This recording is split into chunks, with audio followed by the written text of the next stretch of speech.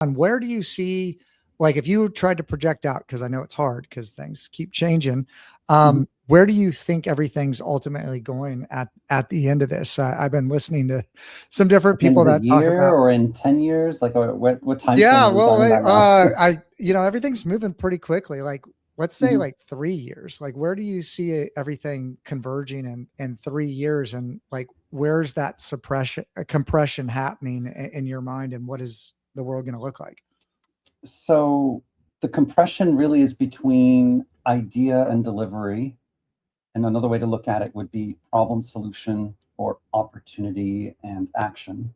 However you want to frame, the beginning and the end point, everything in between is compressing into a slice that's going to get smaller and thinner and thinner. There's certain areas right now also that people think are relatively protected domains that humans have an advantage over AI.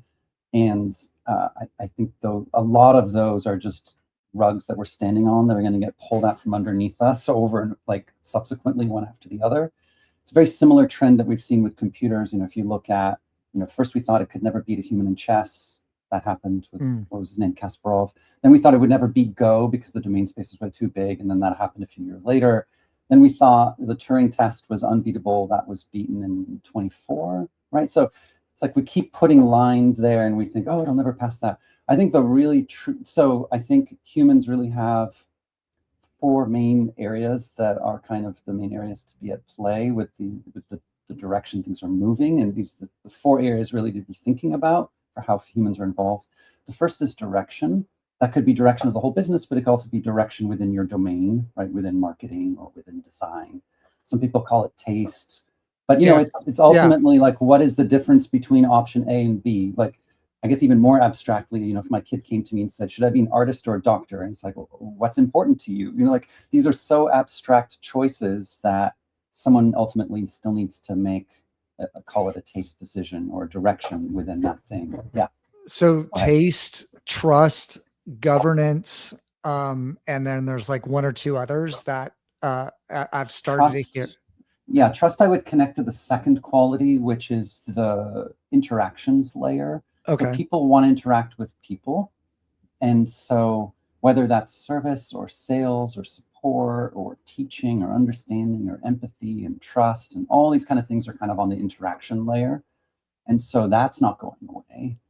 That insofar that people are actually good at that, right? Certain types of interaction layers will eventually not, like people won't even want it. The time will come where you go on and you do a phone call for support. And if you get a person, you're going to think, oh God, not a person. I wish it was an AI I was talking to because they're going to be so much better. Like, why does this company still have a person doing this job? So because for things that are more like transactional or finding information or getting an answer, right? Those kind of things, again, are going to just compress to the point. And I've already experienced that, by the way. Like there are certain companies out there that have figured this out. And when you do support, like I've done tech support with this one company, it's all AI. And it's, at first I was like, okay, how's this going to be? And it turned out to be amazing, like way better than like super fast answers, really accurate, and knew every single question I asked like instantly. And I was on and off on that support call like within minutes. Normally that'd be like a 15-minute call or more. So me ask my supervisor, right? Like is the things that like don't need to happen anymore. Anyway, and then so those two are kind of horizontal type jobs. Hmm. And what I mean by that is they cut across disciplines. So there's compression that compression that happens between idea and delivery will be most experienced by people in those two horizontal domains. So right now, if you want to build a website or something like that, it's like things are very staged between people. It's like, oh, you have an idea. Okay, well, let's get the designer involved to design Yeah. it. Okay, let's get the UX UI study. Okay, let's get the programmer involved, figure out how long it's going to take. Okay, let's do who's the tester needs to come up with the test plan. Like all of that's compressing so that the people in these two domains of direction and interaction get a much quicker experience from beginning to end. And it's compressing already as we speak. The other direction, the other two human involvements are what I call vertical instead of horizontal.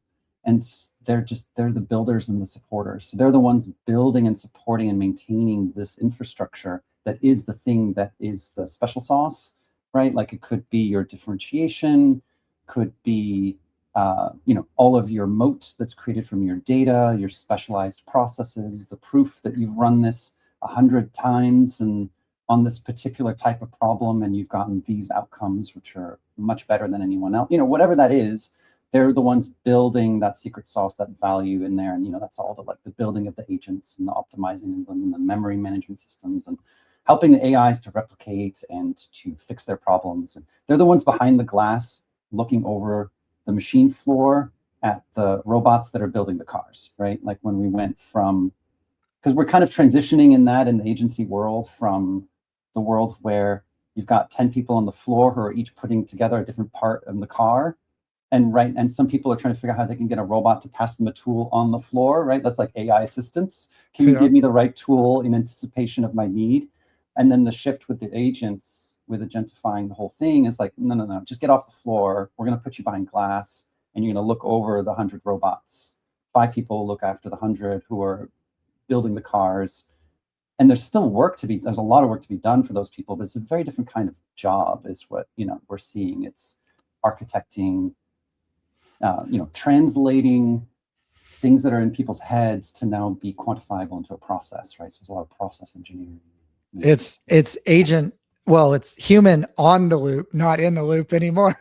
They're just or human behind glass is what I said this year, right? It's like, so it's not even on the loop anymore. It's just behind the glass and looking at the data. Yeah. Well, it's just like auto approve, like set the guardrails and like auto approve. We use tiering for risks, and that's how we determine auto approval. So things that are low risk, and that bar keeps going up. What is low risk? Yeah. Those are auto approved. Medium, it finishes all the way to the end, and then there's a checkpoint at the end. And then high risk, it's a gate at the beginning and the end, right? So that's how we there's different ways you can measure it, but that's how we do it.